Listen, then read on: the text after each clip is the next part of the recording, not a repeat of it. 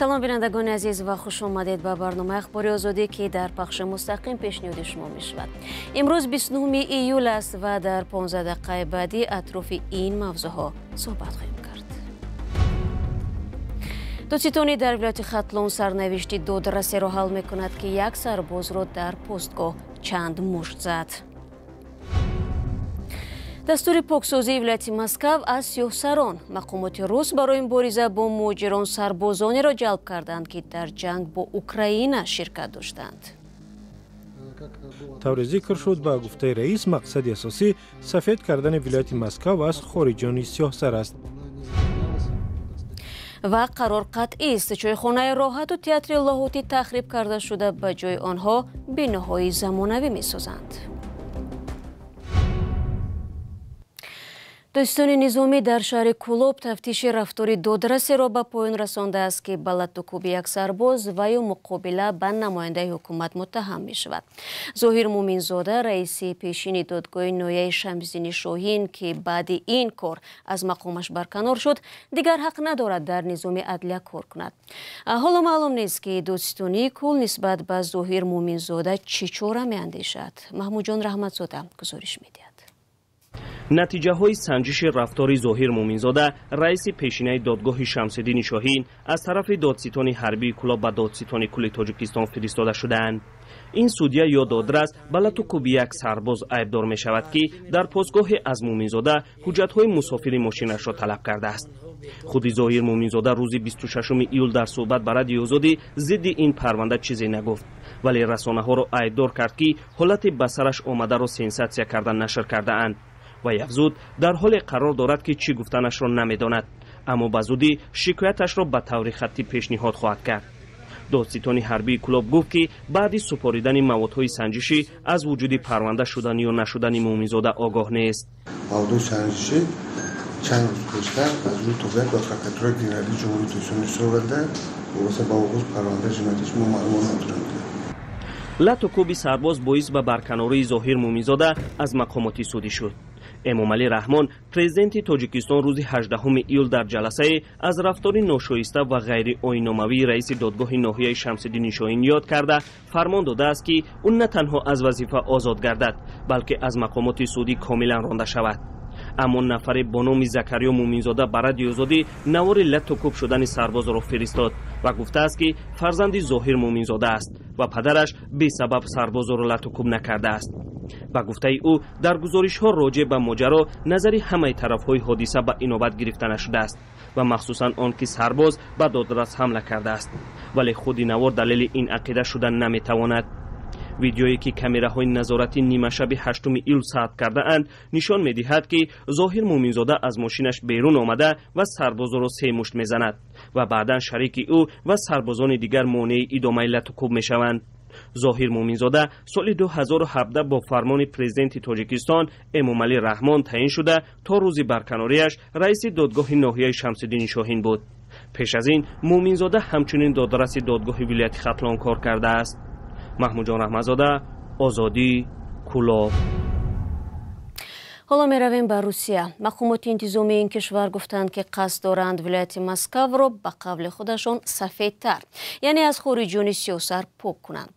ин гуфтаи Виктор Пауков, сардори раёсати полиси вилояти Москавро як намояндаи раёсат дар ҷаласае дар бораи муҳоҷирати ғайриқонунӣ иқтибос овардааст. наворҳо аз нишастро Владислав Юдин, раиси ноҳияи Долгопрудный нашр кардааст. Кайо Марсиатов бо ҷузъиёти бештари мавзӯъ. дар ин видео намояндаи раёсати полиси Москав аз қавли раҳбари худ Виктор Пауков мегӯяд ки раёсат мехоҳад на танҳо минтақаро поккорӣ кунад, балки қонунҳои наверо пешниҳод намояд ки аҳволи муҳоҷиронро бадтар хоҳад кард. айни замон чанд тарҳи қонун барои пурзур кардани чораҳои маҷбурӣ нисбат ба шаҳрвандони хориҷие ки қонунҳоро помол мекунанд дар баррасӣ ҳастанд. тавре зикр шуд ба гуфтаи раис мақсади асосӣ сафед кардани вилояти Москав аз хориҷони сиёҳсар аст. ҳамин вазифаи асосии полис аст ки дар ним соли оянда бояд анҷом диҳад. дар ин нишаст Олег Басов, муовини раиси ноҳияи Долгопрудный, дар бораи фаъолияти дастаҳои ихтиёриёне мегӯяд ки аз собиқадорони ҷанги Украина ташкил ёфтаанд.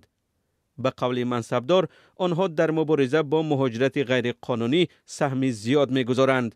از جمله همراه کارمندان پلیس در کوچه ها مهاجران بی‌حجت را بازداشت می‌کنند. به قول بسوف سربازان سابق تاکنون 450 مهاجر را دستگیر کرده به اداره های پلیس بردند. بیگانه ستیزی و یا برانگیختن نفرت به ضد مهاجران از آسیای مرکزی در روسیه همیشه وجود داشت، ولی بعد از آغاز جنگ اوکراین در سال 2022 و حمله مرگبار تروریستی به تالار کنسرتی کراکوس در ماه مارس امسال اوج گرفت و همچنان ادامه دارد. هدف این کار به گفته حامیان حقوق به سمت دیگر کشیدن افکار عموم از جنگ روسیه در اوکراین است.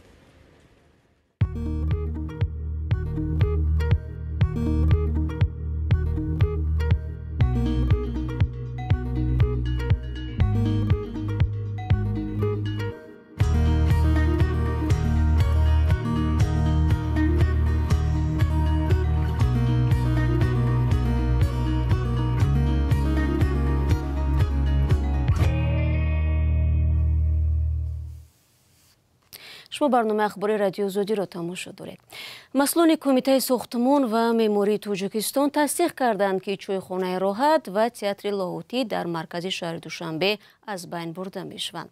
بحث ویران کردن یا ماندن این دو بنا چند سال باز ادامه دارد و همکنون نشر خبر تخریب این بناها واکنش‌های گوناگونی را میان جانبداران و مخالفان این تشبث به میان گذاشت.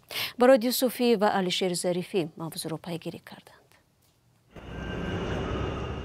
بیناهای آباد گردند خراب. نظام میرزازاده رئیس کمیته ساختمان و معماری تاجیکستان رسما تایید کرد که بیناهای چایخانه معروف راحت و تئاتر لاهوتی در مرکز دوشنبه تخریب میشوند. او این نکته را در نشست خبری نهاد زیر رهبریش بیان داشت و سببهایش را هم توضیح داد. بینای علاقه حکومت را بینای نوی زیبا را دیدید. این طرف بینای وزارت رشد اقتصاد دیدید. این طرف بینای وزارت عدلیه ساخته شده است دیدید. فون همین بینو دارد. همین چایخانه ما اگر زیب زینه دارد. از این خوب نیست که ما یک لایحه زمانوی طراحی کنیم با طلبات معاصر جایگزین باشه در یک جای سازیم با نام چایخانه راحت. رئیس کمیته گفت چایخانه راحت را خوراک‌هایش از جمله لغمانش معروف کرده است که حالا چنین نیست. میرزازاده همزمان فرسوده شدن بینای تئاتر لاهوتی را ذکر نمود و گفت بهتر است بینای زمانوی تئاتر ساخته شود. با گفته او بین آشیانه‌های تئاتر لاهوتی از تخته ساخته شده و طلبات زمان معاصر جوابگو نیست. در پی از نو ساختن بینای حکومت تاجیکستان یک قسمت چایخانه راحت تخریب شد، اما قسمت اساسی آن هنوز مانده است. مقامات میگویند چایخانه راحت به فهرست یادگاری‌های تاریخی و فرهنگی کشور شامل نمی‌شود. طرفداران ماندن چایخانه گفتند راحت همچون مکان تاریخی باید حفظ شود.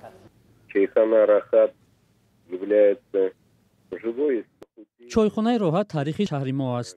تئاتر لاهوتی این کاری دست معماری نخستین ازبکستان باباخان است. برای ما جای افتخار است که ما در شهرمان چنین بنا داریم.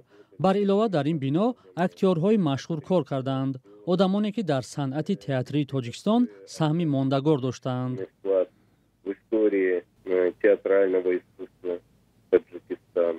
چایخانه راحت در سال 1958 ساخته شده یکی از مکانهای دیدنی پایتخت به شمار می رود. در پی بازسازی دوشنبه چند بینای قدیمی پایتخت از جمله تئاتر مایاکوفسکی، بینای وزارت کشاورزی و حکومت تاجیکستان تخریب شدند.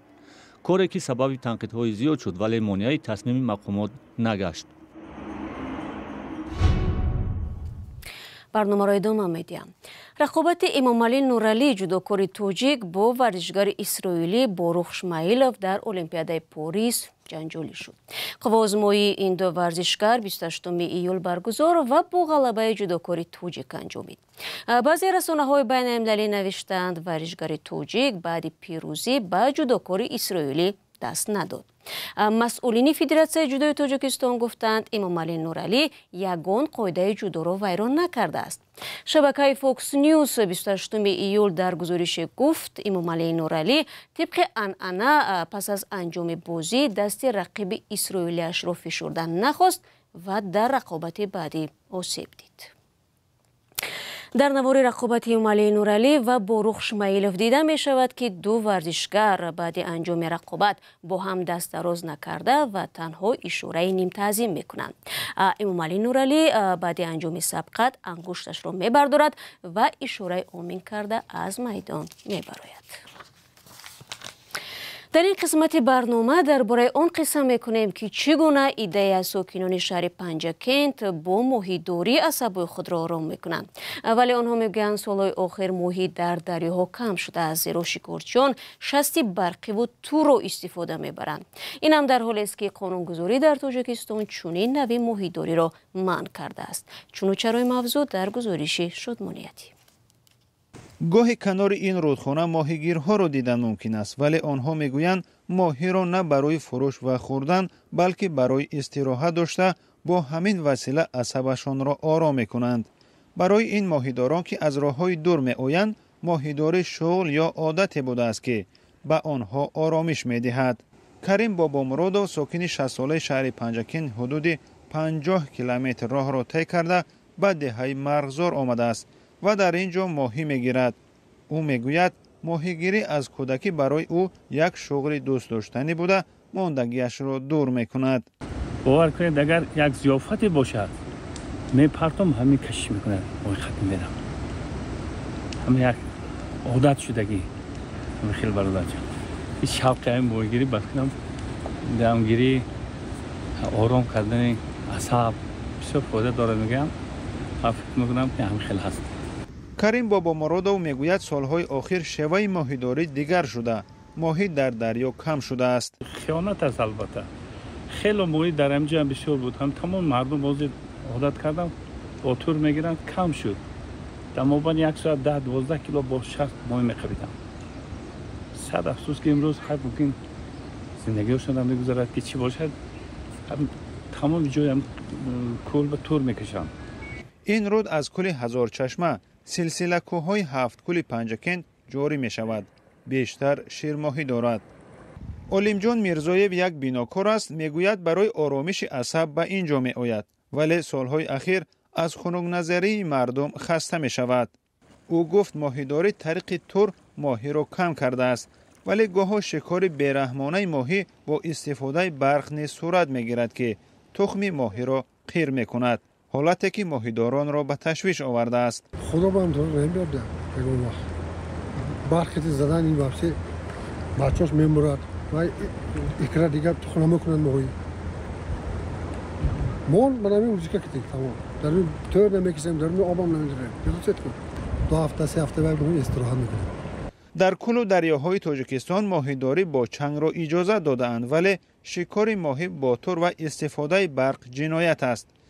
дар 2 соли ахир дар кулу дарёҳои Тоҷикистон ҳудуди 10 нафар барои шикордуздӣ муҷозот шудаанд. шикори моҳӣ аз моҳи апрел то охири моҳи июл, давраи тухмгузории моҳиён метавонад саршумори моҳиро коҳиш дода ба муҳити зист зарар расонад. ва Аслиддин Шарипов, бародари Шавкати Муҳаммад, яке аз фаъолони мухолифи ҳукуматро дар Тоҷикистон ба 12 сол зиндон маҳкум карданд. ҳукми ӯ дар моҳи марти имсол содир шуда, хабараш рӯзи 29 июл дастрасӣ радиозодӣ гардид. маҳкуму дар ин бора иттилоъ намедиҳанд. баъзе аз наздиконаш гуфтанд аз ҳукми додгоҳ хабар надоранд, вале медонанд ки мурофиа дар додгоҳи шаҳри Хуҷанд ҷараён дошт. яке аз дӯстони Аслиддин Шарипов ба шарти фош нашудани номаш ба радиозодӣ гуфт ӯро аз боздоштгоҳи шаҳри Хуҷанд ба яке аз зиндонҳои Душанбе бурданд. ба итлои манбаъ, Аслиддин Шарипов ба ҳамкорӣ бо созмонҳои мамнӯъ ва ё таблиғи онҳо дар интернет гунаҳкор дониста шудааст. дӯстони азиз, шумо метавонед тафсилоти ин хабарро дар вебсайти Радиозодӣ пайдо кунед, аммо ахбори озодиро дар ин сонияҳо ман ба поён мебарам. сипос ки барномаро чун ҳамеша тамошо кардед. хабарҳои аз ин бештарро дар вебсайти озодӣ.орг ва саҳифаҳои Радиозодӣ дар фейсбуку, инстаграм, телеграм, тикток ва озодӣ видео ютуб метавонед пайдо кунед. агар шумо ҳам хабаре доред, лутфан барои мо нависед. то барномаҳои дигар худро эҳтиёт кунед азизон ва худо нигаҳдори ҳар яки шумо бошад.